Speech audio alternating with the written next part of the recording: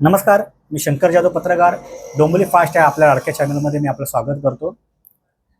मुलाखत आपण आज एक विशेष अशा व्यक्तीची घेतोय जो महाराष्ट्र नवनिर्माण सेनेचे डोंबिवली शहर अध्यक्ष आहेत.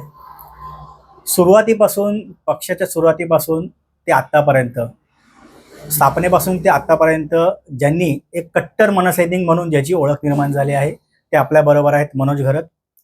चर्चेचा विषय आपल्याकडे आहे तो म्हणजे राज्य निवडणुकीमध्ये जे ठाकरे बंधू एकत्र आलेले आहेत त्याचा आणि मराठी माणसाच्या मताचा ह्या कल्याण डोंबिवली महानगरपालिकेमध्ये किती परिणाम होईल. दोन्ही भाऊ एकत्र आल्याच्या नंतर लोक त्यांना स्वीकारतील का, ह्याच्याकडे आपल्याला लक्ष लागलेलं आहे. मी आपल्या डोंबिवली फास्ट चॅनलमध्ये मनोज घरत साहेब तुमचं स्वागत करतो. धन्यवाद. प्रथमतः मराठी माणसांसाठी जो एक राजकीय कलाटणी देणारा क्षण जो आलेला होता की दोन ठाकरे एकत्र आलेले. महाराष्ट्रात ह्या ठाकरे बंधूंची जी युती झाली आहे ती कलाटणी देऊ शकेल? 100%. गेल्या अनेक वर्षांपासून सगळ्या मराठी जनाचीच नाही तर इतर भाषिक लोक पण आहेत की जी मराठीवरती प्रेम करतात, मराठीमध्ये बोलतात, ज्यांचा जन्म इथला आहे, जे इथेच वाढले, तिथे शिक्षण घेतलेले आहेत. काही बाहेरून आलेले पण आहेत, पण त्यांनी पण 5-10 वर्षामध्ये मराठी आत्मसात केलेली आहे. त्यांना माहिती आहे इथे आल्यावरती मराठी बोलली की मराठी भाषेवर प्रेम होतं. मराठी लोक, आम्ही कधीच कोणाला त्रास न देणारी लोक.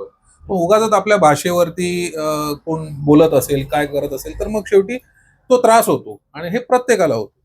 आणि म्हणूनच ही मराठी आणि मराठी इतर जी सगळी लोक होती, महाराष्ट्रातली लोक आहेत, त्यांना हे ठाकरे बंधूंनी एक व्हावं मराठीसाठी अशी अपेक्षा होती आणि ती अपेक्षा आताच पूर्ण झालेली आहे. त्यामुळे सगळी लोक आनंदलेली आहेत. आपण एक आनंदोत्सव साजरा केला, एक मिरवणूक रॅली काढली होती त्याच दिवशी. आणि त्या रॅलीमधले चेहरे जर तुम्ही बघितले, नुसते कार्यकर्ते नव्हते, ज्येष्ठ नागरिक होते, सर्वसामान्य डोंबिवलीकर होते. आणि हे सगळे एवढे खुश होते त्या दिवशी की अंगावर काटा येईल अशी परिस्थिती डोंबिवली शहरामध्ये होती. आणि हे फक्त डोंबिवलीच नाही तर कल्याण डोंबिवली महानगरपालिका असेल किंवा संपूर्ण महाराष्ट्र असेल, हा संपूर्ण महाराष्ट्र आनंदला. त्यामुळे याचं कुठेतरी सगळ्या 29 महानगरपालिकेमध्ये हा ठाकरे ब्रँड जो आहे तो चालेल आणि यशाचा टक्का हा तुम्हाला 100% दिसेल. बरोबर आहे, तुम्ही म्हटलं की यशाचा टक्का नक्की मिळेल. पण या यशाच्या टक्क्यामध्ये सुद्धा हे नाकारून चालणार नाहीये की डोंबिवलीमध्ये सुद्धा जे तुमच्या भाषेमध्ये मनसे भाषेमध्ये परप्रांतीय आहेत त्यांचा टक्का सुद्धा तेवढाच महत्त्वाचा आहे जो इतर जाती धर्माचा आहे. मध्यंतरीच्या काळात तर तुम्हाला माहिती आहे जे परीक्षेवरून जे वादंग उठलेलं आपल्याला, ह्या मराठी माणसांसाठी, ह्या परप्रांतीयांसाठी नेमका तुमचा मराठी असण्याचा व्याख्या काय असणार आहे? इथे राहतो तो मराठी, मराठी बोलतो तो मराठी, मराठी भाषेवर, मराठी संस्कृतीवर, महाराष्ट्रावर प्रेम करतो तो मराठी. साहेबांनी सांगितलं ना, छत्रपती शिवाजी महाराज की म्हटल्यावर ज्याच्या तोंडून आपसुक जय येतं तो मराठी. पु ल देशपांडे, आता माझा महापालिकेत एक मित्र आहे, मुस्लिम मित्र आहे, त्याच्या स्टेटसला पु ल देशपांडे असतात, बरोबर आहे, हा मराठी, तो मराठीत बोलतो, हे सगळे मराठी आहेत. उगाच आता हे पॉलिटिशियन्स काय करतायत, खास करून सत्ताधारी, गटागटाचं राजकारण, जातीचं राजकारण, धर्माचं राजकारण असं करतायत आणि कुठेतरी त्यांची वोट बँक सिक्युअर करायचा प्रयत्न करतात. वास्तविक सगळीच लोक तशी नाहीत, सगळेच उत्तर भारतीय तसे नाहीत, सगळेच तुमचे गुजराती, मारवाडी, जैन अजिबात तसे नाहीत. हे सगळी लोक मराठी बोलतात, मराठी भाषेवर प्रेम करतात. पण म्हणतात ना की प्रत्येक समाजामध्ये काही 1-2-5% लोक अशी असतात की ज्यांना हेच आवडत असतं की यांनी गटागटामध्ये विभागलं जावं, त्यांची ताकद एक होऊ नये, मराठी माणसाची एक होऊ नये. आणि दुसरे जे आहेत की तुम्हाला यांच्यापासून भीती आहे असं दर्शवायचं आणि त्यांची एक गट्टा मतं घ्यायची. हे सत्ताधाऱ्यांचा अजेंडा आहे, तो त्यांचा कार्यक्रम आहे. सरसकट लोक यांना मतदान करणार नाहीत. मग तो उत्तर भारतीय असला तरी करणार नाही, तो गुजराती, मारवाडी, जैन असला तरी तो करणार नाही. यांचं राजसाहेबांवर पण तेवढंच प्रेम आहे, यांचं उद्धव साहेबांवर पण तेवढंच प्रेम आहे. आणि शेवटी हे दोघंही हिंदू हृदय सम्राट बाळासाहेब ठाकरे यांच्या तालमीत तयार झालेले नेते आहेत. त्याच्यामुळे सगळा समाज, फक्त मराठीच नाही, मराठी इतर समाज पण दोन्ही ठाकरे बंधूंच्या मागे निश्चित उभा राहील. मराठी मुद्द्यावरनं आपण आता येऊया की कल्याण डोंबिवली महापालिकेमध्ये अनेक वर्ष सत्ता उभारलेल्या युतीकडे. आजही युती ठामपणे म्हणत आहे की मराठी मुद्द्यावरून जे ठाकरे बंधू एकत्र आलेले आहेत काही फायदा होणार नाहीये. शेवटी युती ही बाधित राहणार आहे, युती ही अबाधित राहणार आहे आणि युतीमध्येच महापौर बसणार आहे. मग अशा वेळेला तुमचा जो एकत्र येण्याचा जो उद्देश आहे, किती सीट काढू शकता? महापौर आमचा बसणार आहे, 100% महापौर हा ठाकरे ब्रँडचाच बसेल. 16 तारखेला तुम्ही माझा पुन्हा इंटरव्ह्यू घ्या, महापौर आमचा बसणार हे 101% होईल, एवढं लक्षात ठेवा. आणि हे जे आता युतीवाले बोलतायत सत्ताधारी की आमचा महापौर बसेल आणि हे, जर त्यांना असं वाटतंय की आमची धास्ती नाही किंवा आमचं, मग सारखे आमच्यावर का बोलतायत? बरोबर. जर आमची धास्ती नाही, हे काय करू शकत नाही, यांच्या सीट येऊ शकत नाही, कोण लोक बोलतात 0-0 होणार आहे, मग आमच्यावर कशाला बोलताय? मग बरोबर. आम्हाला सोडून द्या ना, इग्नोर करा आम्हाला.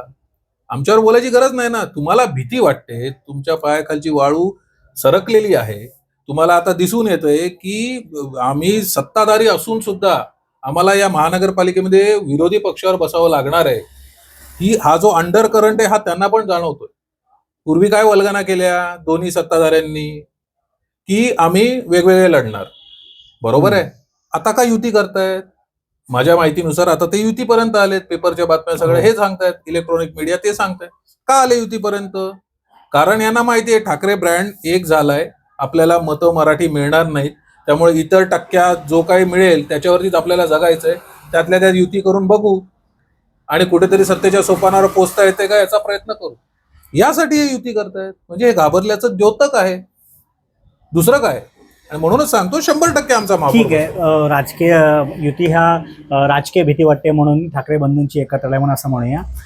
परंतु महापौर पदासाठी तुम्ही म्हणता आमचाच बसणार, मग पहिला कोणाचा असणार? ठाकरे सेनेचा असणार की मनसेचा? हे सगळ्या गोष्टी जे आहेत हे राजसाहेब आणि उद्धव साहेब वरिष्ठ जे आहेत ते ठरवतील. मी एक सर्वसामान्य कार्यकर्ता आहे, मी इच्छुक आहे निवडणूक लढवायला. पक्षाने संधी दिली तर मी निवडणूक लढवीन. मी शहराध्यक्ष पण आहे, मला शहराची पण काम आहे. बाकीचे निर्णय निवडून आले, आमची मेजॉरिटी आली की नंतर वरिष्ठ ठरवतात. जागा वाटपाचं काय होणार? जागा वाटवायचं सन्माननीय माजी आमदार नेते यांनी कालच सांगितलं की साधारण एक 54-55 आसपास जागा ही मनसे लढवते आणि उर्वरित जागा ही शिवसेना लढवते. त्याच्यामुळे ते ऑलमोस्ट डन झालेलं आहे आणि मला वाटतं उद्यापासून फॉर्म भरायला सुरुवात होईल. आता जागा वाटपावरून आपण येऊया की तुमच्यात असलेले जे काही माजी नगरसेवक होते ते भाजपच्या वाटेवर गेले, ते शिंदे सेनेच्या वाटेवर गेले. त्यांनी पक्ष का सोडला? वैयक्तिक स्वार्थ, दुसरं काय. जर माझ्याकडे एखादं मोठं पद आहे, बरोबर आहे, म्हणजे मनसेचं पद आहे किंवा शिवसेनेचं पद आहे एखादं मोठं, तर मी काम करायला माझ्याकडे दिली आहे ना मोकळीक. संपूर्ण शहरभर काम करायला मोकळीक दिली आहे, जिल्हाभर काम करायला मोकळीक दिलेली आहे, किंवा तुमचं उपशहर पद असेल, कुठलंही जे शहर संघटक पद असेल, तुम्हाला काम करायला मोकळीक दिलेली आहे. तुम्ही तुमच्या कामातून जर तुमचा ठसा उमटवला तर तुम्हाला पक्ष बदल करायची गरजच पडणार नाही. म्हणजे तुम्ही जर झोकून काम करून दिलं, 2-2, 4-4 वर्ष, 5-5 वर्ष तुम्ही त्या पदावर आहात, कुठल्याही पक्षात असू दे, जर तुम्ही झोकून काम केलं तर कशाला पक्ष बदलायची गरज आहे? लोक तुम्हाला कुठल्याही पक्षात असेल, छोट्यातल्या छोट्या पक्षात असेल तरी लोक तुम्हाला निवडून देतील. यांना पदं घ्यायची आहेत, यांना काम शून्य करायचंय, फक्त फोटो काढायचे नेत्यांबरोबर, साहेबांबरोबर, आणि मग निवडणुका आल्या की त्याच्यानंतर यांना कळतं की आयला आपण फिरलोच नाही कुठे. तुम्हालाही ऑफर असं कळलं मला, तुम्हालाही ऑफर होती? बघा, सगळ्यांना असते ऑफर. कोणी जायचं आणि न जायचं हा ज्याचा ज्याचा तत्वाचा प्रश्न असतो, बरोबर आहे. जर मी 5 वर्षात काहीच काम केलेलं नाही आणि मी जेव्हा लोकांसमोर जायच्या, आता निवडणुका आल्या, जायची परिस्थिती निर्माण होते, तेव्हा जेव्हा मला कळतं की मला रिस्पॉन्स मिळणार नाही, बरोबर आहे, आर्थिक प्रलोभनं असतात, हे असतात, ते असतात, त्याच्यामध्ये ते वावत जातात. ज्याला त्याला आज नगरसेवक बनायचं, नगरसेवक बनणं म्हणजे काय काय काय बनणं हे मला समजत नाहीये. ज्याला त्याला नगरसेवक बनायचं आणि ही चढावड लागले म्हणून कुठल्या तरी सिक्युअर, इकडे गेलो की मला ही 1 गट्टा मतं मिळतील, तिकडे गेलो की ती 1 गट्टा मतं मिळतील, पैसे मिळतील, या आमिषाने हा. आणि पक्ष बदल हा फक्त वैयक्तिक स्वार्थ आहे, दुसरं काही नाही. तुम्हाला ज्या नागरिकांनी मतदान केलं, ज्या एका पक्षाच्या विचारधारेला धरून तुम्हाला मतदान केलं, ती विचारधारा सोडून तुम्ही आज दुसरी विचारधारा पकडत आहात. आणि हे करत असताना तुम्ही कुठल्या नागरिकाला विचारलं का ज्यांनी तुम्हाला मतदान केलं की बाबा मी पक्ष सोडतोय, काय अडचण आहे तुझी पक्ष सोडण्यासाठी, काय डिफेन्स आहे विकासासाठी पक्ष सोडतोय? म्हणजे काय, 5 वर्ष होतात ना तुम्ही नगरसेवक, 5-10 वर्ष होतात ना पदाधिकारी, तेव्हा का नाही केला विकास प्रभागाचा? का नाही लोकांना भेटलात? का नाही लोकांच्या समस्या सोडवल्या? आता सत्ताधारी पक्षात गेल्यावरच विकास होणार का? त्याच्याशिवाय होऊ शकत नाही का? अहो, 40-50 वर्ष भाजपा पण सत्तेच्या बाहेर होता, हो, काँग्रेस पण अनेक वर्ष सत्तेच्या बाहेर होती. कोण सत्तेत काय अमरपट्टा घेऊन आलेला नाही. कधी सत्ता असते, कधी सत्ता नसते. याचा अर्थ काय, आता उद्या 5 वर्षांनी समजा आताचे सत्ताधारी 5 वर्षानंतर सत्तेतून बाहेर गेले आणि समजा दुसरे पक्ष आले सत्तेत, मग तुम्ही परत तिकडे जाणार. का विकासासाठी मी तिकडे चाललोय, असं नाही चालत. आता आपण मुलाखतीच्या शेवटच्या टप्प्यामध्ये होते. महाराष्ट्र निर्माण सेना ही कल्याण डोंबिवलीच्या निवडणुकीमध्ये कुठले मुद्दे घेऊन नागरिकांसमोर जाणार आहे? हे बघा, एक लक्षात ठेवा, फक्त कॉन्क्रिटीकरण म्हणजे विकास नाही. आम्हाला भेडसावणाऱ्या समस्या ज्या आहेत, ज्या रेग्युलर आहेत, अनेक वर्षांपासून आहेत, ते म्हणजे प्रदूषण. आज एकूया एअर क्वालिटी इंडेक्स जर बघितला कल्याण डोंबिवलीचा तर अतिशय खराब आहे. बरोबर. या ज्या MIDC च्या कंपन्या आहे, हॅझार्डस केमिकल जे यूज करतात, प्रोडक्ट त्यांचं निर्माण करतात, त्याच्यामुळे प्रचंड प्रमाणात प्रदूषण आहे. तो सगळ्यात महत्वाचा मुद्दा राहील. त्याच्यानंतर अनधिकृत फेरीवाले, हो बरोबर आहे, स्टेशन परिसरात 150 मीटरमध्ये आमच्यावर केसेस आहेत, याच्या हो बरोबर केसेस आहेत आमच्यावर याच्या. अनधिकृत फेरीवाले, अनधिकृत रिक्षा स्टँड, हे जे मुजोर रिक्षावाले आहेत, यांच्याच संघटना आहेत सत्ताधाऱ्यांच्या बऱ्याचशा. हे जे रिक्षावाले आहेत, जे भाडी नाकारतात, येत नाहीत रिक्षा, संध्याकाळी माणूस रेल्वेतून आला घरी डोंबिवलीकर की त्याला रिक्षा मिळत नाहीत. आमच्या घोगरासवाडीत यायला, मानपाड्याला यायला, स्टार कॉलनीला जायला रिक्षा मिळत नाहीत, शेअर रिक्षा पण मिळत नाहीत, ना मीटर सिस्टम आहे. तो एक महत्वाचा मुद्दा आहे. त्याच्याबरोबर ट्रॅफिक हा सगळ्यात महत्वाचा मुद्दा आहे.